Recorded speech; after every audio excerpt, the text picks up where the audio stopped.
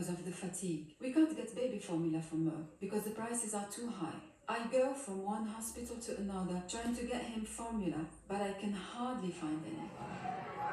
Mohammed and his mother Hidayah were filmed by one of the trusted Palestinian freelancers we work with in Gaza, who are themselves starving. Israel does not allow international journalists to enter the territory. So we went to a spot overlooking Gaza, a vantage point in the frontline town of Sderot, where Hamas attacked and killed Israeli civilians on the 7th of October 2023. Israelis come here to look at the war, only a few miles away. It was hazy, so it was hard to see, and the steady sound of Israeli artillery was carried away on the wind. Since my last visit, vending machines have been installed if anyone needs refreshment. From here, it feels like looking out of one world into another, not distant, but remote and isolated. So, from up here, there are essentially two visions of what's happening in that world. Israel, supported by the United States, says there's plenty of food in Gaza, and if people are going hungry, that's because Hamas has been stealing it, and because the UN and others have not been distributing it in the way that they should be.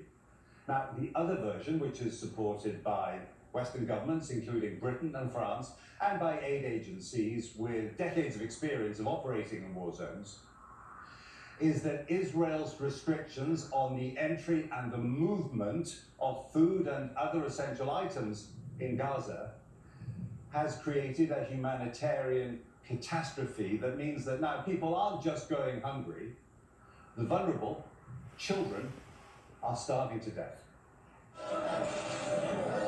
This is not a battlefield, though it might look like one. It's a food distribution point in Gaza.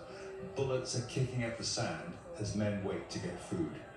It's one of 4 sites run by the so-called Gaza Humanitarian Foundation, a joint Israeli-US scheme they say replaces the UN and keeps food away from Hamas.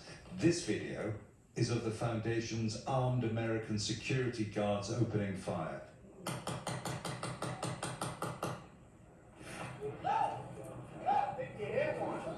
It was filmed by a retired American soldier who resigned when he saw American colleagues and the IDF killing civilians. The soldier is Lieutenant Colonel Anthony Aguilar, a Special Forces veteran of the US Army's Green Berets. He's in Washington. I spoke to him from a spot just near the Gaza border. I witnessed the Israeli Defense Forces shooting at the crowds of Palestinians. I witnessed the Israeli Defense Forces firing a main gun tank round from the Merkava tank into a crowd of people, destroying a car of civilians that were simply driving away from the site. I witnessed artillery rounds landing at the intersection of the Marag corridor and the coastal road. I witnessed mortar rounds being fired at the crowds of people to keep them controlled onto the Marag corridor in the south. As a professional soldier with a very long career, what was your professional opinion of what was happening? My professional opinion of how the sites were established was what I would describe as amateur.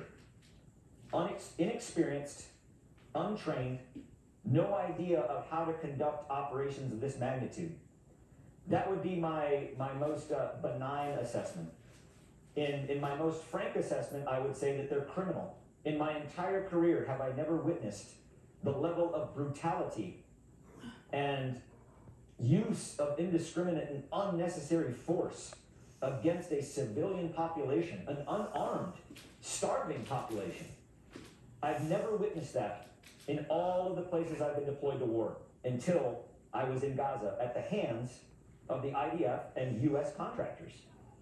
People can resist hunger for a long time, but in the end, their strength ebbs away and deaths can rise exponentially. And that is what seems to be happening now in Gaza. Israel insists its forces have not targeted civilians.